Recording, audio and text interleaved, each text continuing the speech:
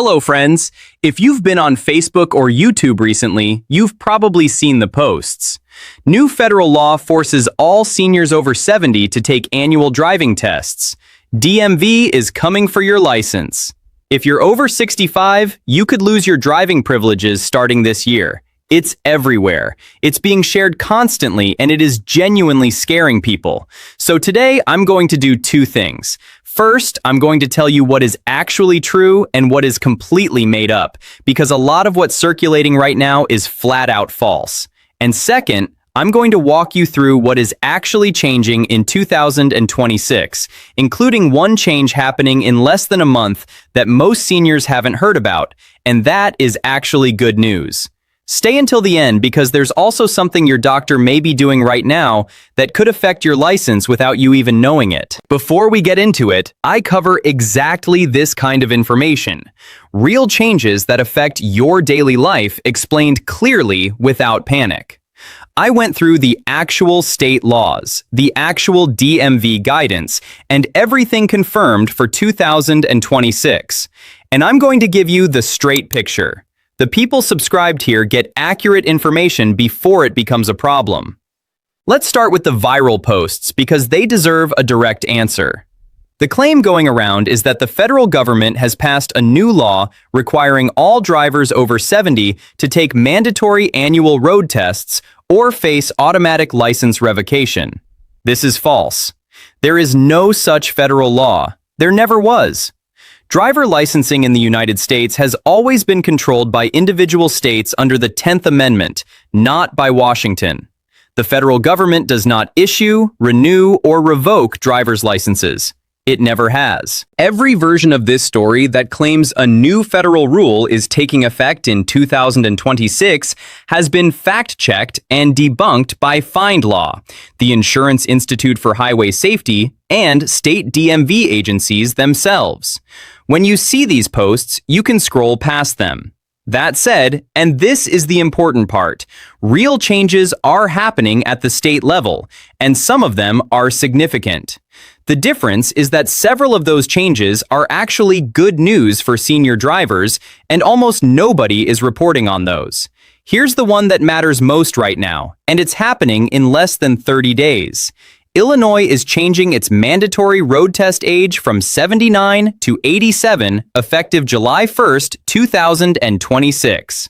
Under the old rule, every Illinois driver who turned 79 had to pass a full road test to keep their license. Under the new law, that requirement doesn't kick in until age 87. If you're in Illinois and you're between 79 and 86, you no longer face an automatic road test at renewal. You'll still need to pass a vision test and pay the renewal fee, but the driving test requirement is gone for your age group. This is a meaningful quality of life change for hundreds of thousands of Illinois seniors who have been dreading that renewal, and it takes effect July 1st. If your renewal is coming up and you've been putting it off because of the road test, check the new rules. It may no longer apply to you. California made a similar move that got very little attention. The state quietly eliminated the mandatory knowledge test, the written exam, for drivers 70 and older at renewal, provided they have no serious violations on their record. Many seniors were still showing up to DMV appointments, anxious about a written test they no longer had to take because nobody told them the requirement was gone. California does still require an in-person visit and a vision screening for 70 and older, but the written exam is gone. Now, let's go through what the actual requirements look like across the country, because this is where it genuinely matters to know your specific state. There is no single national answer, but the most common ages where additional requirements begin are 65, 70, and 75. Arizona requires in-person renewals and shorter renewal cycles starting at 65.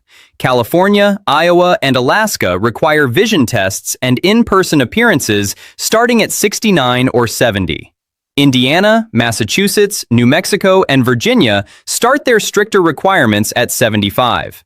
Texas and Illinois begin their additional requirements at 79, though Illinois just raised its road test age to 87, as we discussed.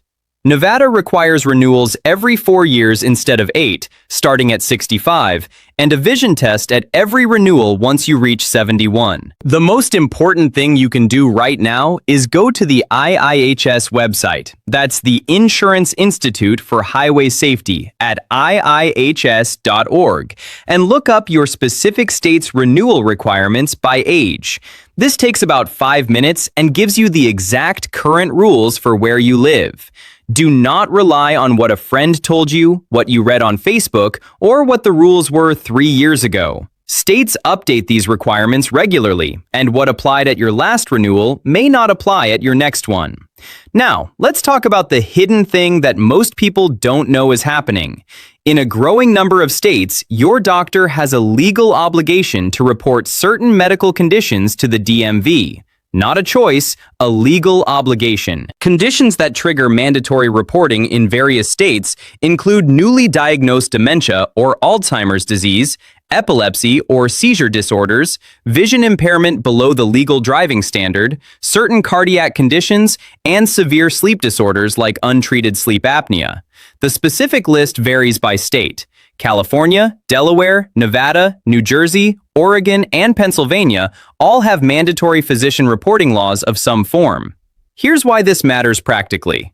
Your doctor may already be required by law to notify your state DMV if you've received certain diagnosis, and that notification can trigger a DMV review of your driving privileges without you initiating anything.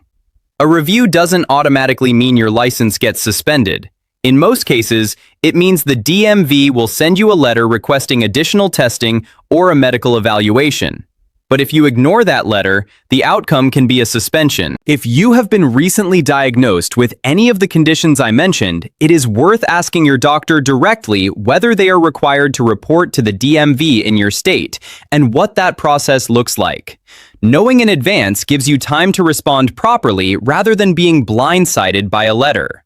There is also a voluntary option worth knowing about if you have an older family member whose driving you're concerned about. Every state has a process that allows family members, physicians, or law enforcement to confidentially request a DMV review of a specific driver. The driver is not told who made the request. The DMV reaches out and conducts an evaluation. This is not about taking someone's keys away arbitrarily. It's a formal process with proper medical review.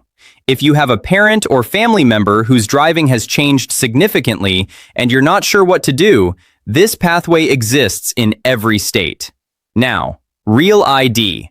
This one is not about senior driving specifically, but it affects every driver who travels by air.